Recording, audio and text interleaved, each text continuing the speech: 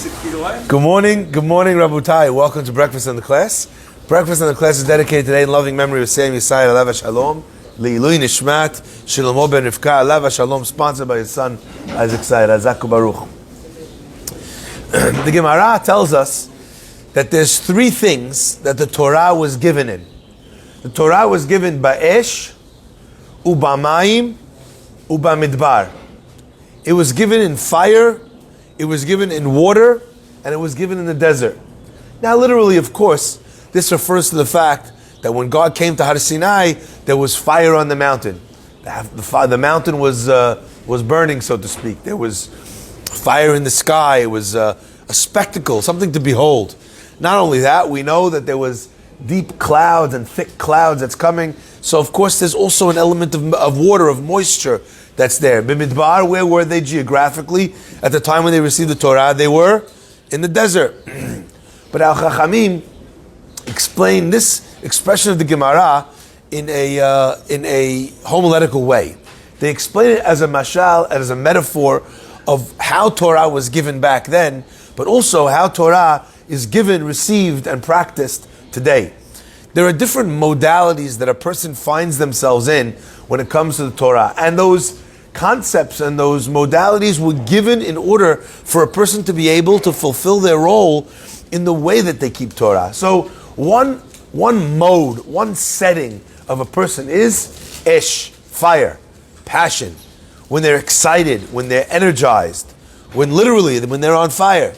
Now, that concept is meant to be used when a person comes to pray. That's meant to be used when a person comes to be in a class to study. Instead of sitting there when the rabbi is giving over the Gemara class, you're sitting there like this in a daf yomi, half asleep, right? You want to be in there. You want to be asking questions. You want to be contradicting back and forth. What are you talking about? That's not what we said yesterday. How does this fit with something else? I don't understand. There's a fire and an energy that a person's supposed to be bringing to the asiyah, to the doing of the mitzvot. On the other hand, we also have the idea, the concept of mayim. Mayim represents that which extinguishes fire, okay? When it comes to the averot, the negative commandments of the Torah, and a person's excited by them, whether it's his desires, whether it's the fact that he's angry or passionate about something that somebody did to him, right? At that moment, he really should be taking a little bit of cold water and putting out that fire. It's meant to be done with karirut. And therefore, if a person feels that, that even if they're going to do the wrong thing, it's going to be done not with energy, with excitement, with passion, then it's much easier to not get invested and to walk away from what's it called. You ever see a person gambling, at a table, or they're in the fantasy football, whatever the case is, they're putting their money down, they're getting all into it. That makes it so much more difficult to get out. And Rabotai, while I'm here on this subject, I just want to throw something into the mix. And love me or leave me, like they say. But I am what I am, and I'm going to say what I feel needs to be said. There are so many things, Rabotai, that used to be problematic, but today are not problematic for one reason or another. And that's something that needs to be addressed, it needs to be thought of, and it needs to be worked with. Let me explain what I mean. It used to be that if a guy was gambling his money away in the casino, so, come back home, where were you? I was in the casino. What happened? I lost $1,000. Slowly but surely, $5,000, $10,000. Eventually the person could lose everything. And unfortunately, we, in the rabbinate, we've seen over the years, because people come to you with that problem. It's not necessarily something that anybody else knows, but they'll come to you with this issue. This is a big problem, and nobody knows yet, but the guy, he gambled away his life savings, okay? But that's the casino. And that's the guy went to AC, went to Vegas, But my friends, now there are elements which are not really gambling. It's not really gambling. I'm not a guy who has a problem. I went to the casino. I'm in a fantasy football league. There's a pool in the office. Every week we're doubling down. Now hold on a second. Before you give me eyes, Isaac. Everything is not a problem until it's a problem. And when something is not only not seen as an issue, but it's now something that guys do, with the guys, it's social. The most dangerous things in the world are things that are social. Because on some level, number one, it's destigmatized. Number two, it's something that you can't tell yourself is a problem because everybody else is doing it too. Rabotai, again, I don't know how many people this has happened to, but you start having in shul where there's a lot of people drinking, right? Eventually, it's a social thing. And the guy, 10 years later, 5 years later, he gets home every night, it's a drink, and then it's 5 drinks. And then every time he goes out with the wife or with the friends, it's 10 drinks. And the guy can't control himself. And then you have a raging alcoholic, and a guy's life is destroyed. Why? The guys, come on, social, this, that. We're just having fun. Now again, I'm not telling anyone they can't have a l'chaim. I have no problem with l'chaim. I'm not this guy that believes that you have to take everything from everybody and everything is asur and everything is mabisir. I don't believe that. I believe that people, number one, can be trusted. I believe that people should be able to live life in balance and in moderation. What I'm saying is, keep your eyes open. When the NFL decided that they're going to have commentators speak about the spread, only about the spread, there's whole shows dedicated not to football anymore, but to fantasy football. Okay? When you're watching a game that doesn't matter at all, and a guy throws a pass, and the guy runs across the 40-yard line, and they're down 20, and you hear the whole stadium go, ah, right? It's irrelevant play. And what's going on? The guy just beat the spread because there was this amount of yardage. There's this amount of thing. They scored a touchdown. The differential now is 30 points instead of 38 points. Irrelevant. But that's it. Spread. They went for 2. Spread. We slowly start to take something that was a harmless thing, and we're giving it wings, we're giving it horns, we're giving it teeth. Okay? The Torah was given ba'esh u'bamayim. It was given with fire and it was given with ice. It was given with cold. It's important to understand and to witness your passions and your dispassions.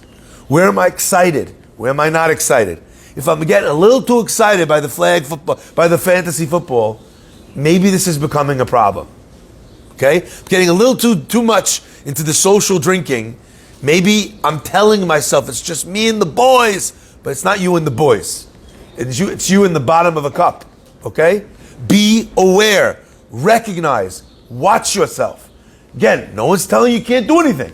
Just saying, watch yourself. The Torah teaches us, Chacham, a wise person, Enav birosho. Okay? The rabbis understood that there's times when boundaries are blurred, the gates are taken down, and then mistakes happen that ordinarily we never would have let happen. You know, when people are close, good friends, they're friends, couples of friends. Yes, there's a point where your friendship with someone else's wife, that's a problem. It's not appropriate. You've gone beyond. Now, again, where is that line? Everybody's got to figure this out. You know, how friendly are you? Now, again, no one's saying anything asur. Because you know what? When we get to the place when something is asur, a lot of times it's already too late. No, it's asur now. Now I'm going to stop that I'm an alcoholic. Now you can't stop, Rochi. Now you're going to stop that you're a gambling addict. Now you can't stop because you're an addict. Recognize in your life. I'm talking about things that have addictive properties, but I'm also talking about every mitzvah and every avon. Most of the way we live our lives are built around the habits we create. You start going to shul, you get in the zone. Slowly but surely, it becomes a thing you can't imagine not doing. Whereas before, it was a big deal to come to shul once a week. You slowly start coming once, twice, 3 times. Now you're coming every day. Now you're in the zone. Now it's part of your routine. Creating those habits, figuring out what you want to be passionate about, where you want to put your fire, is perhaps one of the most important decisions a person can live their life with. And what you want to be dispassionate about. You know, sometimes all of your friends are doing something, you don't want to stick out. You don't want to be that one guy. It's not what you want. Okay, so you know what? You want to go do it? Go do it. But what's your energy like when you're doing it? How into it are you when you're in a place where you shouldn't be? My friends, I want to share this with you because I think it's so important. Every single thing that we have in this world can be used in a positive way and in a negative way. Borei Olam did not create the world in order to deprive us of it. We don't believe that. That's Christian. That sanctity happens when a person doesn't enjoy themselves in this world. We're supposed to enjoy ourselves. But Rabotai, we have to choose when and where to use each and everything. Lo taturu acharei enechem ve'acharei levavchem. I love that line. What does it mean? Do not stray after your eyes and after your heart. You know, your eyes can decide what you look at. Your heart could decide what you like and what you don't like. And you could decide for your heart what you like. And you could decide for your eyes what you want to see. Lo taturu acharei enechem. Don't be led astray after your eyes, as if you're this helpless puppet. You know, this is what I saw. Now this is what I want. You know that that's going to happen. Don't be there. Don't look at that. You have some guys that compulsive buyers. You know, my wife, she doesn't like when I go to Costco. You know why? Because I come back with the whole Costco. I'm the worst guy in the world. If you send me to Costco on a fast day, Shema Yisrael. Lo taturu acharei enechem. Now that's something which might be harmless, okay? But acharei levavchem is the same thing. Dictate to your heart what it should want. Now we live in a world that says you can't, the heart wants what the heart wants. Lies. Heart wants when the heart wants when you let go of the reins.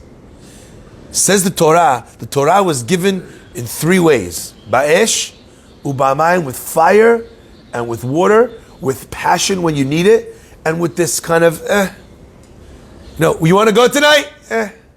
You don't got to fight the guy. I'm not in the mood. I'm not in the zone. You know that line? I'm not feeling it. You hear people say this all the time. I'm not feeling it, Rabbi. You're not feeling it? Okay. Do you use I'm not feeling it when it comes to the wrong things? Because that's a great tool. Can't fight the Yetzer Hara. You're not strong enough? Just tell the Yetzer Hara, not now, I'm in pajamas already. Not now, it's a bit of a hassle. Not now, not feeling it, I'm not feeling it. You go, who's going?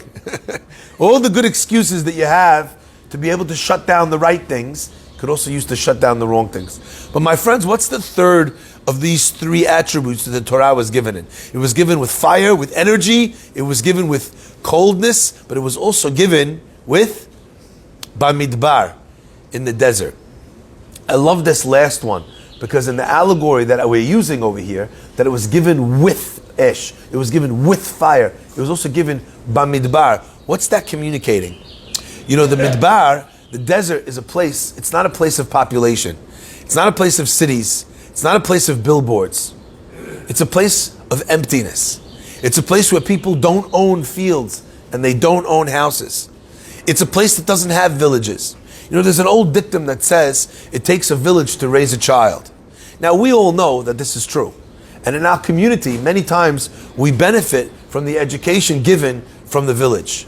In a community, as an example, we'll use ours in the Syrian community. There's things that just kids get trained in because that's what everybody does.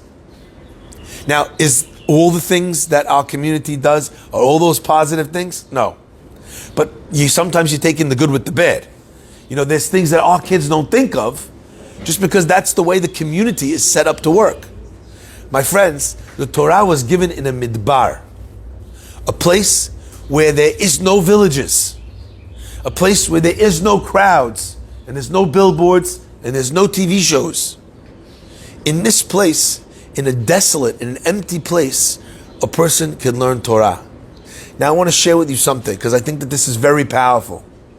When a person is thinking in their own mind, when a person is experiencing a concept in their own space, so to speak, the way you set up your internal space, a lot of times dictates whether or not you'll be able to receive information in a positive way or at all.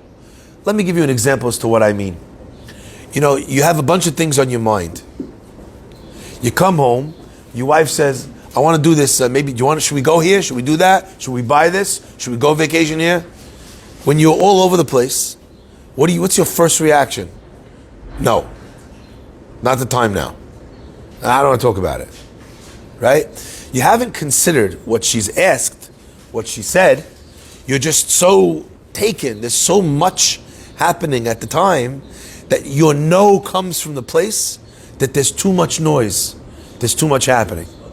You're flooded. Rabotai, one of the greatest gifts was that the Torah was given Bamidbar. They tell a story about the Chafetz Chaim, and it's one of those stories that at first you think is cute, and then you realize is much deeper than you thought.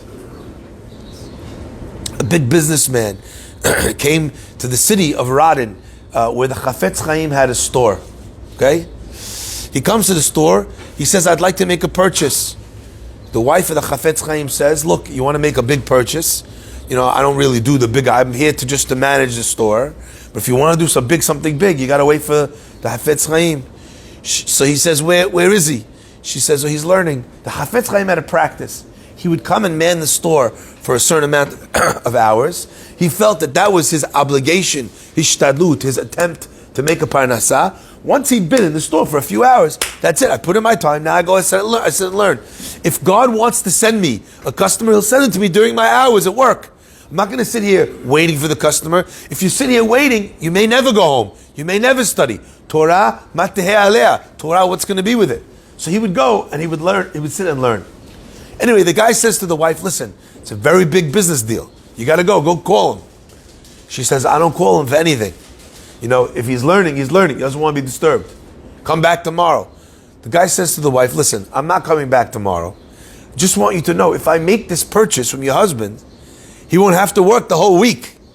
He'll be able to learn even more Torah. Right? It's going to far outstrip any parnasah he's going to make during his working hours for the rest. Anyway, she hears that idea. Oh, more Torah. I think my husband would like that. Knocks at the door, no response. Knocks at the door, no response. Knocks at the door, no response. She says, I knocked, he didn't answer, I'm sorry. Anyway, it comes time, the Chafetz Chaim finishes his learning, comes home to eat, whatever, or for the evening, whatever it was. His wife said, you know, I knocked at the door, you didn't answer. There was nobody home. Meanwhile, had a guy, he came, he wanted to make a purchase. It was enough that would have allowed you to sit and learn every day for the rest of the week. Don't you know, I wouldn't have bothered you if not for that fact. The Chafetz Chaim said, the pasuk says, Adam ki zot Torah Adam ki yamut ba'oel. You want to know what the Torah of a man is? A man when he dies in a tent. Now, actually, what is it talking about over there? It's talking about the laws of Tumah, that if someone dies in a tent and anyone else is in the tent, that everything else becomes tameh for the Kohen. He can't be in the tent. But our rabbis teach us, you want to know how Torah works? Adam ki yamut ba'ohel. And divrei Torah mitkaimin, the words of Torah do not sustain, they're not sustained, ela b'mi shememit atzmo alehem. Only in someone who kills himself for them. It doesn't mean that someone you don't kill yourself for the Torah. In fact, we know that if it's up to a matter of life or death, pikuach nefesh overrides everything in the Torah. What does it mean shememit atzmo alehem? The Chafetz Chaim said it means that for the hours that I'm studying Torah, I'm dead. I don't hear. I'm not here. I don't exist. You want to knock at my door? What would you have done if I was dead? You'd have told the guy, I'll make the sale myself. Or, I'm sorry, my husband's dead. In this time, I don't exist. What the Chafetz Chaim was saying, at least it sounds like a cute story. Oh, he's dead. No. What it means is that there has to be an ability that a person has to shut things out and to choose one thing. If you can't do that, then you know what happens? Everything in the world steals from you everything else in the world. This is not just true about Torah, by the way. This idea of creating a midbar inside yourself. Where am I? I'm here. Do you know what I like to do? It's a little trick. When I feel like I can't focus, I close my eyes for a second and I just imagine nothingness. So you're distracted with all this noise. Close my eyes for 1 second. I could do it. I got good enough that I could do it without closing my eyes. But I just imagine myself in a state of quiet, absolute, just clean, black, silent, like a nighttime with no lights. And then I say, okay, what are you saying? Okay, what am I looking at? What am I trying to understand? What does this Gemara mean? What's the halakha? How are we differentiating these two cases? When a person is focused, they have space to think, space to achieve. You know what the Gemara is telling us? That there's three things the Torah was given in? It was given in fire. It was given in freezing cold. You know why it tells us Bamidbar and in the desert? Because it's telling you that so many times a person is confused when to use which. You know, when do you just hit the brakes a little bit and come into something cold? When do you pour all your energy into something? You pour all your energy into a situation of chesed. Maybe the guy is then going to come back 10 times because he thinks, I got a sucker here. I got someone here that if I cry a little bit, he'll do anything for me. So maybe the passions, so we don't often know when to use one or when to use the other. Rabotai, that's what the Pitgam is teaching.